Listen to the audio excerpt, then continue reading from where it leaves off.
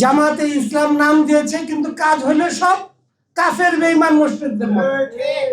American এমবিসিতে গেছে, সেখানে বলছে কওমি কোনো দল তোমরা রাখবা না। এখনো আমরা কওমিরা মৌলবাদ। আজকে 47 থেকে 24 সব সময় টার্গেট কওমি উলামায়ে কেরাম, সব সময় টার্গেট উলামায়ে দেওবন্দ।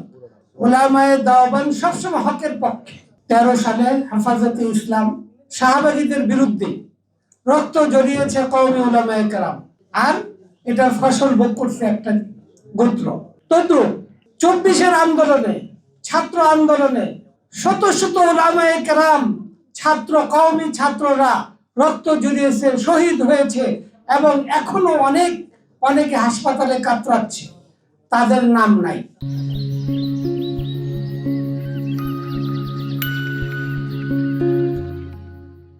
চব্বিশের যে সনদ হয়েছে, আজকে আমরা হা ভোট দিব না ভোট দিব, এটার মধ্যে কওমি ছাত্রদের শহীদদের কোনো নাম নেই, তাদের কোনো পরিকল্পনা নেই। আজকে যখন সামনে ইলেকশন আসতেছে, দেশকে পরিচালনা করার জন্য একটা গোত্র, একটা গোষ্ঠী এই ইসলামকে মধুর মতো ব্যবহার করতেছে। জামাতে ইসলাম নাম দিয়েছে, কিন্তু কাজ হলো সব কাফের বেঈমান মুশরিকদের মতো। কয়েকদিন আগে, 2 দিন না 1 দিন আগে, জামাতে ইসলামের একজন নেতা সে দাবি করলো যে আমেরিকান এমবিসিতে গেছে, সেখানে বলছে কওমি কোনো দল তোমরা রাখবা না, রাখলে তারা মৌলবাদ। এখনো আমরা কওমিরা মৌলবাদ। আশ্চর্যের বিষয়, দুঃখজনক ঘটনা যে আমরা এখনো বুঝতে পারতেছি না যে আমাদেরকে ব্যবহার করতেছে। এই ব্যবহার থেকে আমাদেরকে সরে আসতে হবে, হকের উপর থাকতে হবে।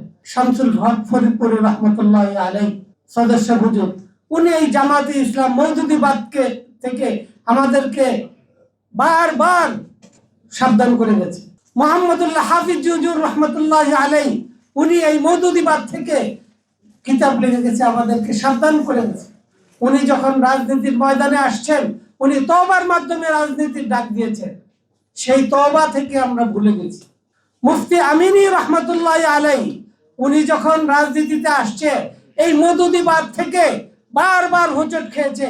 যখন উনি সংসদে গিয়েছে, উনি 4 দলীয় জোটের সাথে ছিল, তখন এই মওদুদিবাদ, এই জামাতে ইসলাম ওনাকে মন্ত্রী হতে দেয় নাই।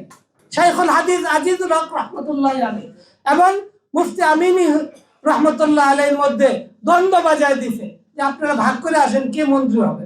একমাত্র জামাতের থেকে কতজন মন্ত্রী হয়েছে, আমিনী সাহেবকে মন্ত্রী করতে দেয় নাই, আজিজুল হক সাহেবকে মন্ত্রী করতে দেয়নি। আমাদেরকে এই জামাত থেকে সাবধান হতে হবে।